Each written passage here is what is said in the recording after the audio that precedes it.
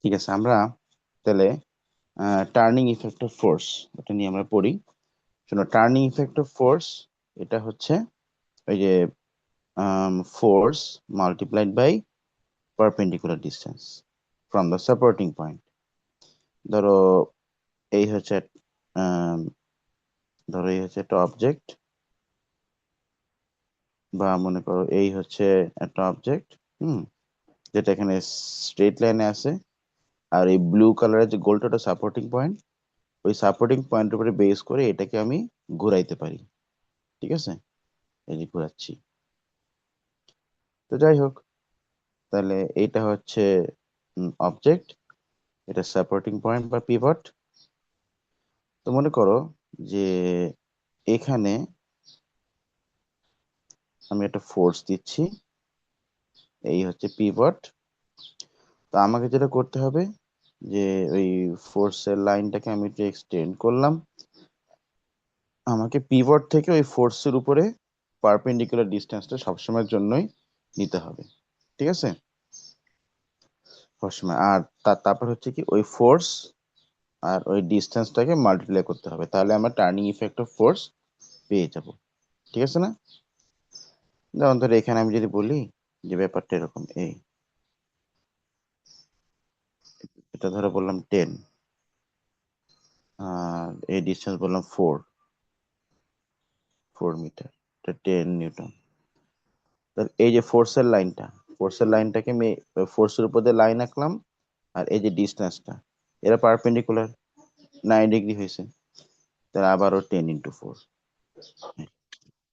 ঠিক আছে না? তারপর ধরো মনে করো যে এখানে ধরো এইভাবে করে দেওয়া আছে 30 ডিগ্রি অ্যাঙ্গেলে। ও আচ্ছা, অ্যাঙ্গেলে দেওয়া থাকলে ওই সেম কাজটাই আমরা করব, শুধু কস নিতে হবে এই যা। মানে যদি যদি মনে হয় যে কোনো একটা অ্যাঙ্গেলে দেওয়া আছে, মানে পারপেন্ডিকুলারলি দেওয়া নাই, তাহলে সেখানে আমরা কস নিয়ে নেব। ধরো এটা 20 নিউটন এই ফোর্স, এটা ধরো 10, হুম, 10 মিটার। তাহলে এটা হবে 20 cos 10, না সরি, কস নিব না, সাইন নিব, আমি রং, সাইন নিব। 20 sin 30 × 10, হ্যাঁ সাইন নিব, সাইন, কস নিব না। ওকে, তো এই হচ্ছে ব্যাপারটা এখানে। ঠিক আছে, পরেরটাও সেম। তা ধরো বললো এখানে আরেকটা আমরা বলি, ধরো এরকম বলে দিল, এইরকম বাঁকা ভাবে দেওয়া আছে, দিয়ে এটা বললো 5, ঠিক আছে, 5 নিউটন, আর এটা বললো 20। তো তুমি ফোর্সের উপর দিয়ে লাইন আঁকাও। এই যে দেখো, এই যে এই ফোর্সের লাইন আর এই যে ডিস্টেন্স আবার পারপেন্ডিকুলার হয়ে গেছে। তাহলে সরাসরি তুমি ফোর্স ইনটু ডিস্টেন্স করে ফেলো টার্নিং ইফেক্ট অফ ফোর্সে। এখানে দেখি, ধরো এটা, এটা না, হ্যাঁ 30, এটা বলছে 30, এটা বলছে 7 নিউটন। তো তুমি ফোর্সের উপর দিয়ে লাইন আঁকো, এই যে 90 ডিগ্রি হয়ে গেছে। তাহলে আবারও 7 × 30। ঠিক আছে, আমি আরেকটা এক্সট্রা এক্সাম্পল দেখাই। মনে করো ধরো এটা এখান থেকে কাজ করতেছে, এটা হচ্ছে কত, এটা হচ্ছে 30 নিউটনস। ঠিক আছে, 30 নিউটন। আর এটা এখান থেকে মনে করো এই ডিস্টেন্স, ধরো এখানে বলছে যে এই ডিস্টেন্সটা হচ্ছে 2 মিটার, আর এই অ্যাঙ্গেলটা হচ্ছে ধরো বললো যে 20 ডিগ্রি। তাহলে কি নিব, সাইন নিব। এটা মিড পয়েন্টের মাঝখান থেকে, তার মানে এতটুকু 1, পুরোটুক 2, তাহলে মাঝখান থেকে নিলে 1, অর্ধেক নিলে 1। তাহলে এটা হবে 30 sin 20 × 1। ঠিক আছে না, ফোর্স ইন্টু ডিস্টেন্স। আর যদি সরাসরি মনে করো ব্যাপারটা এমন দিয়ে দেয়, ধরো এই দিয়ে দিছে, ঠিক আছে, তো ধরো এখান থেকে দিল এই ডিস্টেন্স দিয়ে দিছে, এটা 2 মিটার, এটা 30 নিউটন। তো এই যে ফোর্সের উপর দিয়ে আমি লাইন আঁকলাম, আচ্ছা ডিস্টেন্স উপর দিয়ে লাইন, তাহলে এই দুটো কত ডিগ্রি? 90 ডিগ্রি। তাহলে 30 × 2, কি ঠিক আছে না? 30 × 2। আচ্ছা ওকে, এই হচ্ছে টার্নিং ইফেক্ট অফ ফোর্স। আর যদি প্রিন্সিপাল অফ মোমেন্ট ইউজ করতে বলে, যদি প্রিন্সিপাল অফ মোমেন্ট এখানে ইউজ করতে বলে, 2a। প্রিন্সিপাল অফ মোমেন্ট কি? প্রিন্সিপাল অফ মোমেন্ট হচ্ছে ক্লকওয়াইজ মোমেন্ট আর অ্যান্টি ক্লকওয়াইজ মোমেন্ট এই দুটো ইকুয়াল হবে। ক্লকওয়াইজ মোমেন্ট বলতে, অ্যান্টি ক্লকওয়াইজ মানে কোনো অবজেক্ট যদি ইকুইলিব্রিয়ামে থাকে, এটা খুবই ইম্পর্টেন্ট। ঠিক যেরকম কেমিস্ট্রিতে আমরা পড়েছি যে যদি কোনো রিয়াকশন ইকুইলিব্রিয়ামে থাকে, তাহলে forward direction backward direction equal হবে। এখানেও ওয়েট, এখানে ঠিক তাই। যদি কোনো রোটেটিং সিস্টেম, মানে যে সিস্টেমটা ঘুরতে পারে, সে যদি না ঘুরে, মানে ইকুইলিব্রিয়ামে থাকে, তাহলে ক্লকওয়াইজ অ্যান্টি ক্লকওয়াইজ ইকুয়াল হবে। তার মানে কি? এই দেখো,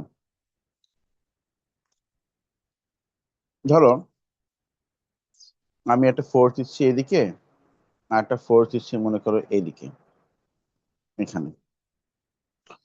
তো এই যে ফোর্সটা, এই ফোর্সটার জন্য রোটেশন কোন দিকে হতে পারে, এটা বোঝার জন্য তুমি ফোর্সের উপর দিয়ে ঘুরে পিভট দিক চলে যাও, তাহলে কি হলো? এটা ক্লকওয়াইজ। তাহলে এটা হচ্ছে ক্লকওয়াইজ মোমেন্ট। এই ফোর্সটা দেখো, ফোর্সের উপর দিয়ে ঘুরে পিভটের দিকে চলে যাও, তো এটা কি হলো? এটা অ্যান্টি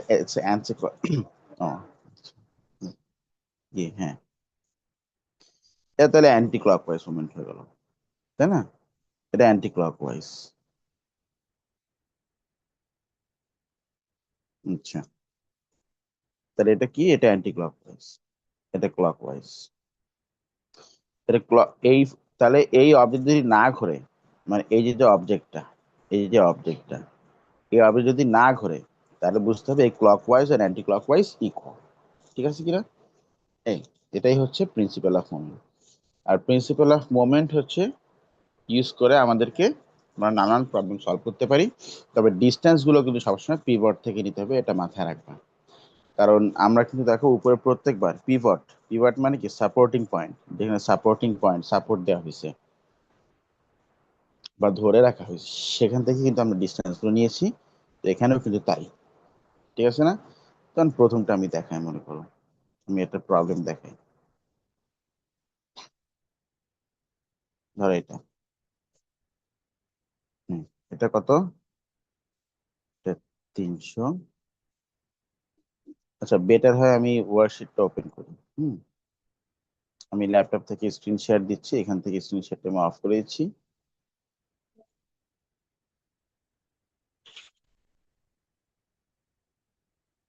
স্টপ শেয়ার।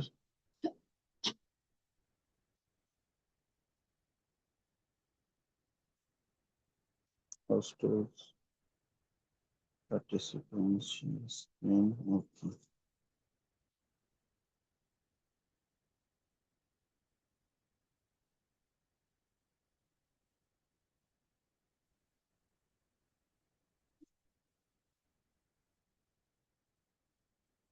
দেখো আমি স্ক্রিন শেয়ার দিয়েছি।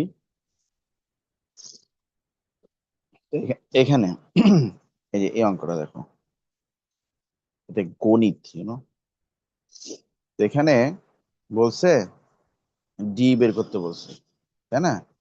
ইউ নিড টু ফাইন্ড জি, ওকে। তো এই যে সাপোর্টিং পয়েন্ট বা পিভট, তার মানে সমস্ত ডিস্টেন্স আমাকে কিন্তু এই পিভট থেকেই নিতে হবে। ঠিক আছে না? সমস্ত ডিস্টেন্স পিভট থেকে নিতে হবে। তাহলে ফার্স্টে এই 300 নিউটনটা আমরা একটু কনসিডার করি। 300 নিউটন লাইনটা লাইনটা আঁকাই। পিভট থেকে, এই যে পিভটের এখান থেকে লাইনটা আঁকাই, তাহলে এটা 0.4। আচ্ছা, এবার ওর ডিরেকশনটা আমরা নিই, ডিরেকশনটা নেই, সবগুলো নিতে হবে। 300-র উপর দিয়ে পিভটের তুলে দিই, তো এটা অ্যান্টি ক্লকওয়াইজ, ঘড়ির উল্টা দিকে যাচ্ছে। তাহলে এটা কিন্তু হবে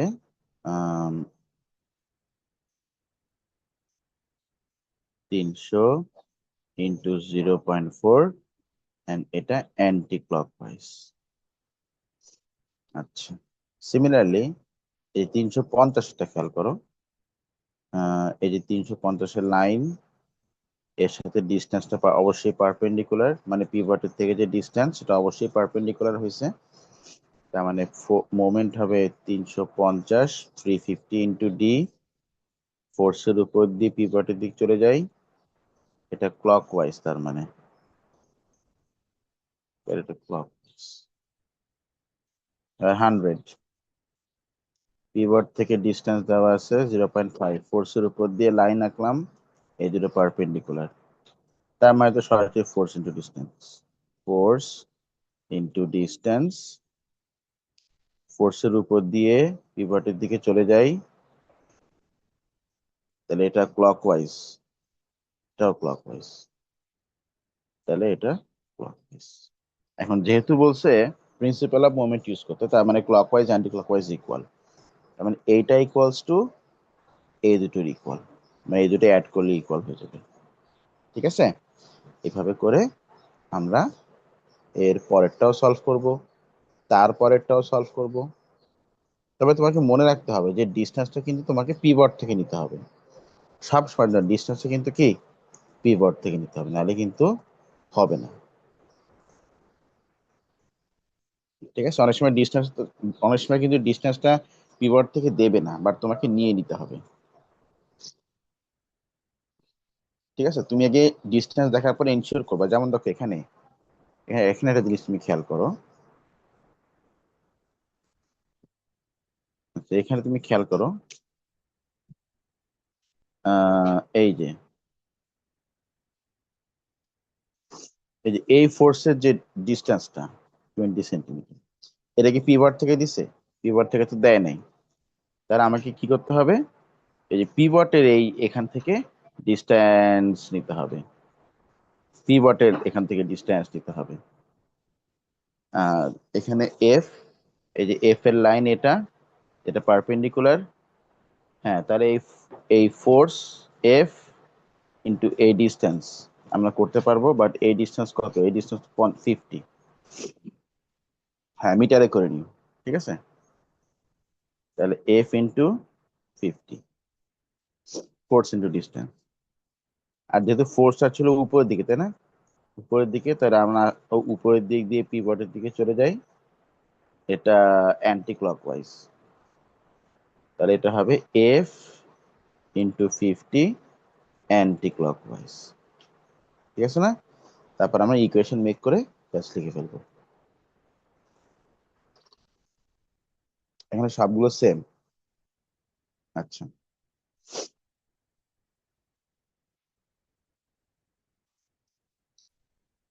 আচ্ছা, এখানে দেখো, এখানে এই যে নাম্বার এফটা আমি একটু করতে চাই। দেখো, নাম্বার এফটা আমি একটু করতে চাই। নাম্বার এফ এ কিন্তু এখানে দুটো ফোর্স আছে, মানে দুটো পিভট আছে। তো বলছে find the force from A and B, আর ওয়েট অফ দ্য বিম বলছে 200। তো ওয়েট অফ দ্য বিম 200। এখন যেহেতু বিম মানে তো এই যে এই মাঝখানের স্কেলটা আর কি, এই স্কেলটা তো ইউনিফর্ম, একদম সুন্দর, সব দিক দিয়ে এটা রেক্ট্যাঙ্গেল শেপের মতো। তো ইউনিফর্ম শেপ হলে তার ওয়েট মিড পয়েন্ট দিয়ে কাজ করে। তো এটা 0, এটা 100, তাহলে মিড পয়েন্ট হচ্ছে 50, তাহলে ওয়েট এখান থেকে কাজ করবে 200। তো ধরো আমরা আগে ফোর্স ফ্রম এ বের করব, ফোর্স ফ্রম এ। তো পিভট তো সাপোর্টিং পয়েন্ট। তো এই এই জিনিসটাকে, এই বিমটাকে আমি যদি ছেড়ে দেই, তাহলে ওর কিন্তু তাহলে পড়ে যাওয়ার টেন্ডেন্সি হচ্ছে নিচের দিকে, তাই না? নিচের দিকে। তাহলে এই জন্য এই পিভট গুলো কিন্তু ফোর্স দেবে উপরের দিকে। তাহলে আমরা এই যে এই পিভট থেকে আগে ফোর্স ধরি, ধর এটা ফোর্স ফ্রম এ, ঠিক আছে নাকি না, নাকি? এখন যেটা বলছিলাম, হ্যাঁ দেখুন ছিলাম, তো এখানে মনে কর যেহেতু আমি এখন পিভট এটাকে, মানে এই যে পিভট, এই পিভট থেকে আমি, মানে এই পিভটটাকে আমি একটা ফোর্স হিসেবে ধরতেছি, তাহলে এই পিভটটাকে এখন আর পিভট বলা যাবে না, এটাকে ফোর্স হিসেবেই তোমাকে বলতে হবে। তাহলে এখন পিভট হচ্ছে এইটা, পিভট হচ্ছে বি, তাহলে ওকে। তাহলে এবার তুমি আসো, আমার সমস্ত ফোর্স এই এই পিভট থেকে নিতে হবে, এখান থেকে নিতে হবে। তো পিভটের উপরে আমি একটা দাগ টানলাম, দাগ টানলাম একটা, আচ্ছা এইভাবে দাগ টানলাম, পিভটের উপরে দাগ টানলাম, যাও। আচ্ছা, তাহলে এই ফোর্সের উপর দিয়ে লাইন লাইন টানলাম, তারপরে পিভট থেকে এই পর্যন্ত আমি ডিস্টেন্স নিচ্ছি, এটা 30 থেকে 70, তার মানে 40 সেন্টিমিটার, মানে 0.4 মিটার আর কি, না করলেও হয়, সেন্টিমিটারে কনভার্সন বের করতে হবে তো ফোর্স, সেন্টিমিটার সেন্টিমিটার এমনি কেটে যাবে। তাহলে ফোর্স ইন্টু পিভট থেকে পারপেন্ডিকুলার ডিস্টেন্স হচ্ছে 40, তাহলে ফোর্স ইন্টু 40। আর আমি যদি ফোর্সের উপর দিয়ে পিভটের দিকে চলে যাই, তাহলে এটা অ্যান্টি ক্লকওয়াইজ, তাহলে এটা অ্যান্টি ক্লকওয়াইজ, লিখলাম অ্যান্টি ক্লকওয়াইজ। আচ্ছা, এটা একটা ডান। এবার এটা নেই,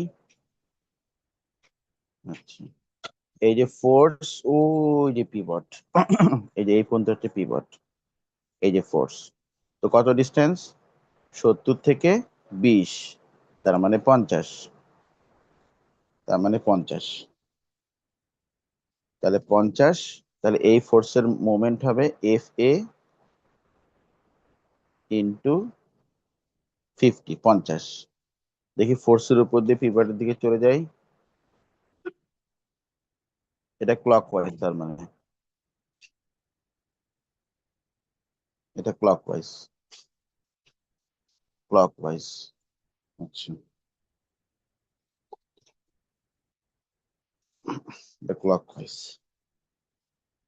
ঠিক আছে। তাহলে এটারও কিন্তু মোমেন্ট নেওয়া হয়ে গেল, দুটো ফোর্সের মোমেন্ট নেওয়া শেষ। আর দুটো ফোর্স আছে, এই 200 আর এই 10, একইভাবে নাও, 200টাও একইভাবে হবে, 200 × 20, এই যে এটা 50, এটা 70, তার ডিস্টেন্স 20। আর এটা আমি যদি 200-র উপর দিয়ে ওর দিক চলে যাই, পিভটের দিকে চলে যাই, তাহলে ওটা এটা কিন্তু অ্যান্টি ক্লকওয়াইজ হচ্ছে, তো 200টা হচ্ছে অ্যান্টি ক্লকওয়াইজ। এবার এইটারটা নেই, এই যে পিভটের লাইন, পিভটের লাইন থেকে ডিস্টেন্স, এটা পারপেন্ডিকুলার, তাহলে 70 থেকে 90, তার মানে এটা 20, এটার মোমেন্ট হবে 10 × 20, অ্যান্ড এটা হবে, এটাও অ্যান্টি ক্লকওয়াইজ, অ্যান্টি ক্লকওয়াইজ। তাহলে এখানে অ্যান্টি ক্লকওয়াইজ আছে 3টা, আর ক্লকওয়াইজ আছে 2টা, না একটা, সরি। তো ব্যাস ইকুয়েশন বানাই দাও, তাহলে ক্লকওয়াইজ মানে Fa × 50, তার মানে এই যে এইটা, এইটা equals to, clockwise equals to anti clockwise, এটা লিখি, এটা 2000, এটা 4000, এটা 200, এটা করলে এটা কিন্তু বের হয়ে আসবে, ঠিক আছে না? এই clockwise equals to anti clockwise. একইভাবে তুমি যেটা করতে পারো, সেটা হচ্ছে তুমি এখন যদি FB-টা বের করতে চাও, আমি মুছে দিচ্ছি, তুমি যদি FB-টা বের করতে চাও, তাহলে তুমি এইটাকে এখন পিভট ধরবা। তুমি যদি ফোর্স ফ্রম দ্য বি বের করতে চাও, তুমি এটাকে এখন পিভট ধরে তারপর তুমি এই অঙ্কটা করতে পারো। ঠিক আছে, এই হচ্ছে টার্নিং ইফেক্ট অফ ফোর্স হয়ে গেল। আর প্রিন্সিপাল অফ মোমেন্ট যদি ভেরিফাই করতে হয় তাহলে সেক্ষেত্রে নিয়মটা হচ্ছে এই যে আমরা একটা পিভট নিব। হুম, পিভট নিয়ে তারপর আমরা একটা বলবো যে আমরা ইউনিফর্ম একটা স্কেল নিব, যে স্কেলটাকে হচ্ছে আমরা ওর সেন্টার অফ গ্র্যাভিটিতে ব্যালেন্স করব। ঠিক আছে, কি করব, সেন্টার অফ গ্র্যাভিটিতে আগে ব্যালেন্স করব, মানে মিড পয়েন্টে ব্যালেন্স করব আর কি। তারপরে আমরা একটা সাইডে, তারপর ধরো আমরা এই সাইডে একটা ওয়েট ঝুলাইলাম W1। ঠিক আছে, অ্যান্ড পিভট থেকে ওর ডিস্টেন্সটা আমরা রেকর্ড করে নিলাম, এটা D1। তারপরে অপোজিট সাইডে আমরা আমরা আর একটা ওয়েট আমরা ঝুলাবো W2, অ্যান্ড এই W2 এর পজিশনটাকে আমরা এপাশ ওপাশ করে করে আমরা অ্যাডজাস্ট করব আনটিল এই টোটাল জিনিসটা আবার ব্যালেন্স হয়ে যায়। ধরো এই ডিস্টেন্সে আসার পরে, ধরো এই ডিস্টেন্সে আসার পরে এটা ব্যালেন্স হয়ে গেল। হুম, এই W2টা এই ডিস্টেন্সে আসার পরে কি হয়ে গেল, ব্যালেন্স আউট হয়ে গেল। ঠিক আছে না? আচ্ছা, তো তাহলে এখন আম, যখন ব্যালেন্স হয়ে গেল এবার আমরা এখানে মোমেন্ট হিসাব করি W2 × D2। আমরা দেখবো যে আগের মোমেন্ট W1 × D1 আর আর এ পাশে হচ্ছে গিয়ে ওই মানে অ্যাডজাস্ট করে করে ব্যালেন্স করার যে মোমেন্ট W2 × D2, এই দুটো ইকুয়াল হয়ে গেল। এখানেই আমরা বুঝতে পারি যে clockwise is equal to anti clockwise. Okay, ঠিক আছে, টার্নিং ইফেক্ট অফ ফোর্স এতটুকুই, এর থেকে বেশি কিছু লাগবে না।